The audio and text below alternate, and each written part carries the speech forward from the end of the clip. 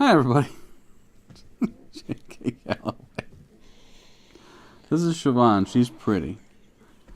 Why do you have to start with that all the time? Because look at me. And then look what I caught. There's circles. See the dark circles? In real life, I'm a gentleman. We'll go with that.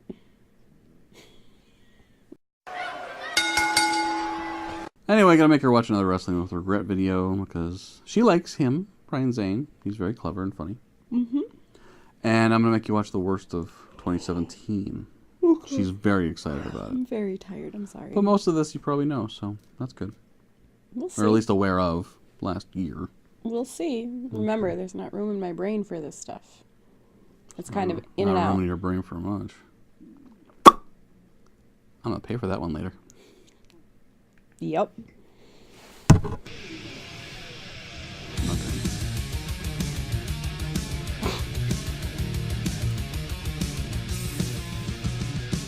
Zombies.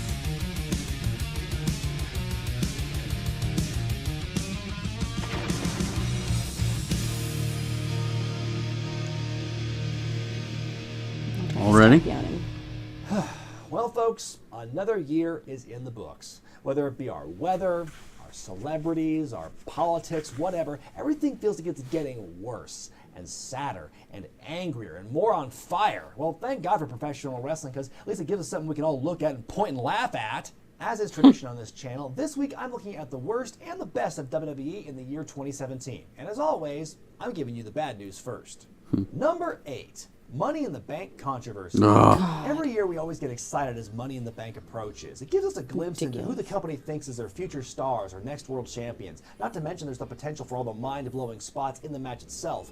But this year, things felt a little off. For starters, as the first Money in the Bank since the Brand Split 2.0 began, it was a bit of a letdown that the show is only reserved for the stars of SmackDown. It's not as if Raw needed it, but for a company that's all about symmetry across both shows, this omission was noticeable. As for the matches themselves, Baron Corbin won the men's ladder match in a field that included Kevin Owens, Shinsuke Nakamura, and AJ Styles. But okay, he's improved a lot since his debut last year, momentum is on his side, so it makes sense. Then came Mr. Rabadoo! As part of the build to what would turn out to be a lame match at SummerSlam, John Cena distracted Baron Corbin as he was trying to cash in his briefcase on an episode of SmackDown, and the Lone Wolf became one of only 3 people to use the briefcase and not win the title. That list also includes John Cena in 2012 and Damian Sandow in 2013, who lost to John Cena. There seems to be a pattern here. Then, of course, there was the inaugural Women's Money in the Bank, a history-making match for the company. But instead of the briefcase being brought down by, a woman, it was James Ellsworth who grabbed it and tossed it down to Carmella. Fans debated the good and the bad of this for weeks. Some people excused it because Carmella was a heel, and a precedent was set in a video game. I wish I was making that up. While others claimed that having a man win the match for his female partner kind of ruined the point of everything. Whether it was planned or not, they had a do-over the next week on SmackDown, which Carmella won by herself. So that was all worth it. Number 7, Emmalina. Emma's 2017 was really a bizarre one, even by wrestling standards. Most recently, she was involved in the women's title picture and welcomed Asuka into the main roster before getting released. But all this madness really began at the end of last year. In October of 2016, while she was recovering from back surgery, vignettes began to play for Emmalina. It was rumored the character was going to be a throwback to valets like Sable and the Cat, counteracting the strong, independent spirit of the women's revolution. So we waited, and waited, and waited, and waited, and waited. For 17 goddamn weeks, we were all so patient and so good. Then on February 13th of this year, Emmalina finally arrived, then went away again. Reports as to why the gimmick was kiboshed are unclear. Some say Emma didn't want to do it. Others say she was unable to do it. But for whatever reason, to have months and months of build-up, only to have the gimmick publicly canceled the way it was, felt like a slap in the face to everybody involved and everyone watching. After a few more weeks, Emma returned to TV as her old self again. Then she got hurt again. But hey, at least she had a cool hashtag gimmick when she came back. Number 6, Dolph Ziggler, Angry Great Loser. One of the most maddening things about being a fan for the last several years is to witness the slow, steep decline in relevancy of Dolph Ziggler. He's objectively one of the best guys on the roster, yet repeatedly gets his proverbial dick stomped in. But what would happen when that frustration played out on the television product? In August, Dolph began doing a series of impersonations of wrestler entrances. His point being, fans cared more about flashy characters than about actual talent, of which he has loads. So after stripping himself of his boisterous entrance and focusing more on his abilities, you would think that would lead to some more wins, right? Well, no. Considering how great his feud with The Miz was last year over the IC title, to see him continuing to lose matches even after having a gimmick change that seemed designed to reverse that is disappointing. But hey, at least Dolph found the secret to getting a push again, complaining about it on podcasts. Number 5, the death of tag teams. Despite dedicating lots of time every week to tag team matches, it appears as though WWE really hates tag teams. Tag team breakups are nothing new in wrestling, but this year alone, we've seen no fewer than 5 teams split on the main roster, either violently or passively.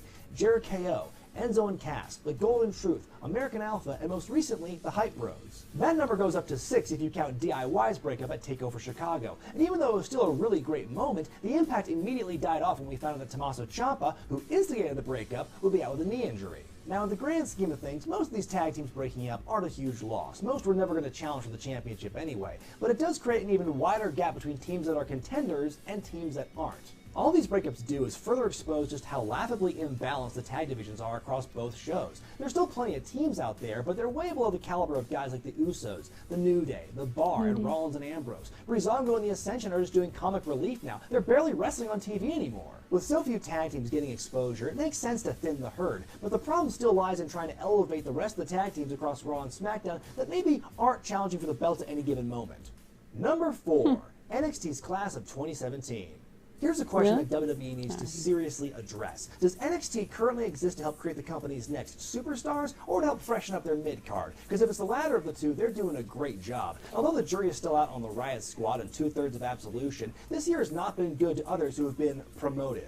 Shinsuke Nakamura, Bobby Roode, Ty Dillinger, and Asuka all did great for themselves in NXT. But since coming up to Raw and SmackDown, they just feel like they've been a part of the scenery. Nothing about them feels special anymore. Their weaknesses have been exposed. In Ty's case, he's not even on TV anymore. The Revival's had terrible luck with injuries, so they get a pass. By default, Samoa Joe's probably the biggest success story for NXT this year, but even that's been a rough go. He's had some title matches here and there, but the writers don't know what to do with him. Not to mention a knee injury put him on the shelf for a couple of months. And lest we forget this year's Men's Survivor Series matchup, the first 4 guys eliminated were Joe, Shinsuke, Bobby Roode, and Finn Balor. Hooray for the future!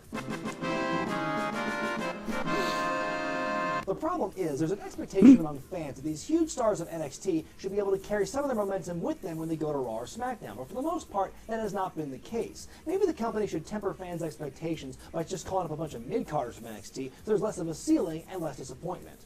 Number 3, Bray Wyatt's terrible, horrible, no good, very bad year. Bray Wyatt has had a lot of bad years, but somehow 2017 seems to have topped them all. The year began well enough for Bray. At the Elimination Chamber in February, he won the WWE Championship, but that reign ended in disappointment after losing to Randy Orton at WrestleMania. Remember all those creepy images that were put on the ring of the maggots and the worms and stuff? Did that lead anywhere? Nope. Then the two had a rematch at Payback in the much maligned House of Horrors. Weird. There was a lot wrong with this pre-taped Drek, the least of which being the fact it was filmed at night while it was daytime in San Jose, where the pay-per-view was taking place. The match ended with Orton losing to Bray Wyatt, so that means Bray wins the title back, right? Well, no, because in the middle of the build, they changed it to a non-title match, turning Bray's win totally meaningless. He never got his championship rematch. He moved to Raw, where he tried and failed to win the Universal title. Then in a rare positive in 2017, he beat Seth Rollins 2 nights in a row. Whoa, let's not get ahead of ourselves. Then came Bray's seemingly endless feud with Finn Balor. It was here where he debuted his alter ego of Sister Abigail. That got a lot of flack as it was, mostly because fans couldn't wrap their head around the idea of a man having any semblance of femininity. But then we didn't even get the payoff because Bray went down with meningitis before their match at TLC. As of now, Bray is currently feuding with the newly awoken Matt Hardy, which probably means this terrible momentum for Bray is just gonna keep on rolling. Number 2, Jason Jordan, Kurt Angle's son. A couple of months into Kurt Angle's time as general manager of Raw, a mystery began to unfold. Kurt was getting texts about something from his past that could ruin his career. What was it? Was it a torrid love affair? A murder? Insider trading? Giving money to David Duke's 1996 U.S. Senate campaign? What could it have been? Then in July of this year, the secret was out. Angle had a son that he conceived back in college but didn't know about until now. That son happened to work with the same company that he was working for. That son was Jason Jordan. Makes sense. Okay. The silliness of pretending that these two are actually related notwithstanding, it feels that the company picked the wrong member of American Alpha to saddle with this burden. Chad Gable always seemed to be the more captivating and charismatic of the two, and while you could argue that's exactly why he wasn't given this gig, I think he certainly would have made it work better. Needless to say, fans have crapped all over this new angle. See what it did there? There's only a few different ways this could possibly end, and I guarantee you none of them are pretty. Jason's character seems to be finally headed in the right direction as this entitled, whiny heel who wants to use his relationship with his father to get ahead, but I get the idea that the original plan for this gimmick was much different than that. Before I reveal number one, this year I want to highlight a special honorable mention. One bad thing from this year that happened outside of WWE. So, here we go. Impact Wrestling's branding woes. At the end of 2016, Anthem and Total Nonstop Action Wrestling finally washed their hands of former President Billy Corgan, settling out of court to avoid a contentious lawsuit. But man, the fun was just beginning. The company abandoned the TNA initials in March and renamed themselves Impact Wrestling. Then an old specter from their past came along. Jeff Jarrett's Gold Bar pyramid scheme was not working like he had hoped, so he was able to glom onto Impact and make a deal. By June, not only was he back in the company that he was forced out of in 2014, he got them to rename themselves after his latest failed project, Global Force Wrestling. Things finally seemed to be back on track for the company after Slammiversary. But within weeks, not only was it clear they put their cart behind the wrong horse as champion, it turns out that Jeff Jarrett was a barely functioning alcoholic. Oh, and get this, despite the merger, Anthem never owned the Global Force name. This fucking company! So in the span of 1 year, they went from TNA to Impact to Global Force and mercifully back to Impact again. Let's hope these guys can learn to tie their shoes in 2018. And the number one worst thing in WWE in 2017 was Jinder Mahal, WWE Champion. You knew this was coming. Jinder Mahal, who had spent his first stint in the company, as well as the bulk of his current one as a jobber, was moved to SmackDown during the Superstar Shakeup, aka the Draft But Not. Upon arriving to SmackDown, he gained some henchmen and became the #1 contender for the WWE Championship. In May, Jinder shocked the world when he beat Randy Orton to become the new champion. Now, at the time, I was all for this. Even though Jinder had lost all the time before his push, you could argue that the Singh brothers were the key to his winning ways, so that made a lot of sense there as a heel. I was just happy to see some new blood in the scene. But after a while, something happened. Well, that's wrong. Actually, nothing happened. As time went on, Jinder cut the same promo, wrestled the same match, kept being the same one-dimensional foreign heel. There was never any character development with this man. Having guys like Orton and Shinsuke Nakamura lose to him repeatedly seriously downgraded their stock. So why? Why were they doing this? Why were they running in place with Jinder for so long? Well, the popular theory is it was to drum up interest in that sought-after India market. And to prove how successful this experiment was, that planned tour was cut down to one show due to a lack of ticket sales. By November, fans were praying for a quick and merciful death until AJ Styles rode in like a knight in shining, flat earth-believing armor and toppled Jinder for the belt on an episode of SmackDown. As of this recording, Jinder is currently chasing AJ for the belt, and I actually think he's doing really good in this role. I think I would actually be open to another title reign for him if they keep this up, but it's going to take a lot to rebuild my trust after what happened this year. So what do you think sucked in 2017? Let me know in the comment section below. Be sure to thumbs up this video if you like it, subscribe to Wrestling with Wregret, and Flat Earthers. They suck. I'm Brian Zane, and I'll see you next time for the best of WWE in 2017. So, can you grab the remote for me? I don't know. Can I? Yeah. Oh, yeah. Oh, yeah. It's behind my feet. Oh, yeah. Get in there. Oh, that looked perfect for the camera. Thank you. So, you stop that. He's a flat earther? So, no one would have known about that except for the old Talking Smack show that Daniel Bryan hosted. Yeah. When AJ was on, and he was like slightly insulting Daniel Bryan. Yeah. And Daniel Bryan just looked in the eyes and goes, "You're a flat earther."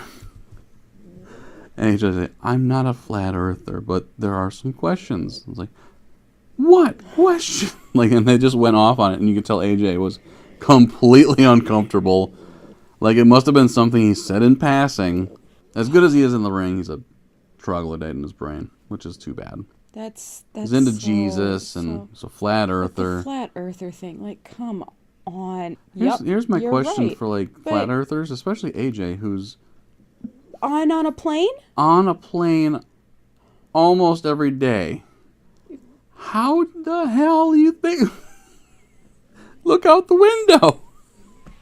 Anyway, thanks for watching. That was the worst of 2017. Flat earthers. Flat earthers, man. Sorry, I got I stuck on think that. no. I think we're gonna have you Wait. watch the best of just to cheer you up, and it's shorter anyway. So, but No, yeah, one more. No, because then we could have watched the 25-minute video. No, these two together do not make no. They're like 10 and 10, so I win. Anywho, any hoozle. Flat earthers, thanks for watching. If you are a flat earther, leave a comment in the comment section below and Have you been on a plane? explain your position because adorable.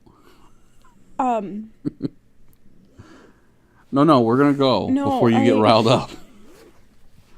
Make sure you subscribe to both Wrestling with Regret and my channel if you could. That'd be lovely.